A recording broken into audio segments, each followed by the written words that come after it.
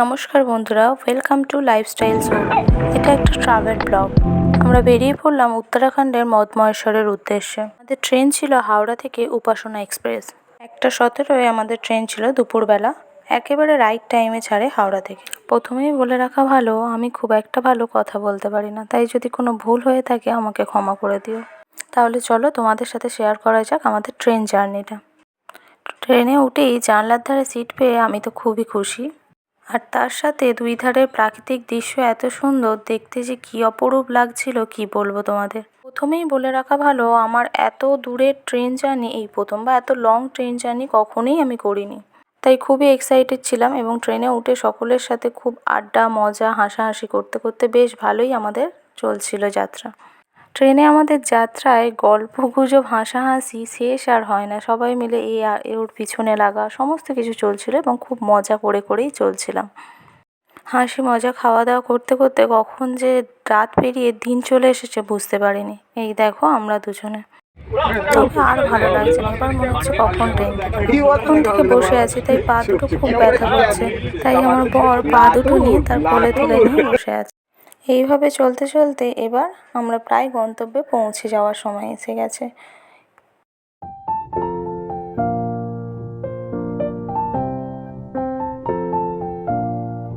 আমরা নেমে পড়েছি হরিদ্বার স্টেশনে। সবাই মিলে সেখানে আবার গ্রুপ সেলফি তোলা হলো। তারপরে হোটেল খোঁজা। সে কি বলবো, হোটেল খোঁজা নাকি যুদ্ধ। অবশেষে যদিও হোটেল পাওয়া গেছে, খুব সুন্দর। এরপর আমরা ফ্রেশ হয়ে সবাই মিলে বেরিয়ে পড়লাম সন্ধেবেলা গঙ্গা দর্শনের উদ্দেশ্যে, অর্থাৎ হরকি পৌরির উদ্দেশ্যে।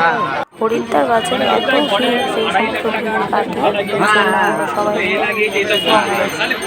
এই যে দেখো কি অপরূপ দৃশ্য লাগছে সন্ধেবেলা। যদিও আমরা সন্ধ্যা আরতি দেখতে পাইনি, কিন্তু তাও খুব সুন্দর লাগছিল। তখনও সেখানে কত মানুষ স্নান করছে, কত সবাই সেখানে রয়েছে। এরপরে আমরাও গঙ্গা দর্শন করলাম এবং গঙ্গা মাকে প্রণাম করলাম। তারপরে চারিপাশটা একটু ভালো করে ঘুরে দেখলাম সবাই মিলে। গঙ্গার জল যে কি ঠান্ডা, তোমাদের কি বলবো, প্রচণ্ড ঠান্ডা হয়ে রয়েছে। বেশ ভালো লাগছে, যখন পা ডুবিয়ে বসছি কি আরাম লাগছে। তারপর সেখানে বেশ ভালো ভালো ছবি ভিডিও সমস্ত কিছু করার পর আমরা এবার ডিনারের উদ্দেশ্যে চতুর্দিকে ঘোরাঘুরি করছি। কি খাবো সেগুলো ভাবছি এবং কোন জায়গায় খেলে ভালো হবে। সবাই মিলে আমরা যেহেতু 7 জন ছিলাম, সবাই মিলে আলোচনা করা হচ্ছিল কোন জায়গায় খাবো। তো চলছিল এবং পরবর্তী দিনে ভোর ভোর উঠতে হবে তা নিয়েও সবার মধ্যে একটা টেনশন কাজ করছিল। আমরা চললাম, তারপরে চতুর্দিক ঘোরাঘুরি করছিলাম। দেখতে থাকো তোমরা। আমার বর ভাবছে আমি এখান থেকে পড়ে যাবো, তাই আমাকে সরিয়ে নিয়ে চলে যাচ্ছে। এইভাবে চললো আমাদের সেই দিনটা, বলা ভালো সেই রাতটা। তখন প্রায় 9:30 বাজে। তখনও দেখো কত মানুষের ভিড়, তখনও কত পুণ্যার্থী স্নান করছে, চতুর্দিকে ভিড় ভিড়াক্কা। চলো তোমাদের দেখায় একটা সুন্দর জিনিস। এই যে ব্রিজটা দেখছো, এটা দূর থেকে দেখলে পুরো ধনুকের মতন। সেই ভিডিওটা আমার নেওয়া হয়নি। এখান থেকে গঙ্গা মাকে এত সুন্দর লাগছে কি বলবো, আর মনোরম হাওয়া দিচ্ছে, যেন মনে হয় আর যেতে ইচ্ছা করছে না, কিন্তু কি করা যাবে, ডিনার করে আমাদের রুমে ফিরতে হবে। দিন ভোর ভোর বেরোতে হবে, তো সেই নিয়ে একটা সবার মধ্যেই চিন্তা রয়েছে।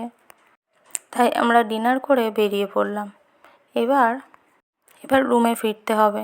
চলো আজকের মতো এটুখানি, সাথে থেকো। আর যদি কিছু ভুল হয়ে থাকে সেগুলোও বলো। ভালো লাগলে ভিডিওটা লাইক কমেন্ট এবং শেয়ার করো এবং ডু সাবস্ক্রাইব প্লিজ।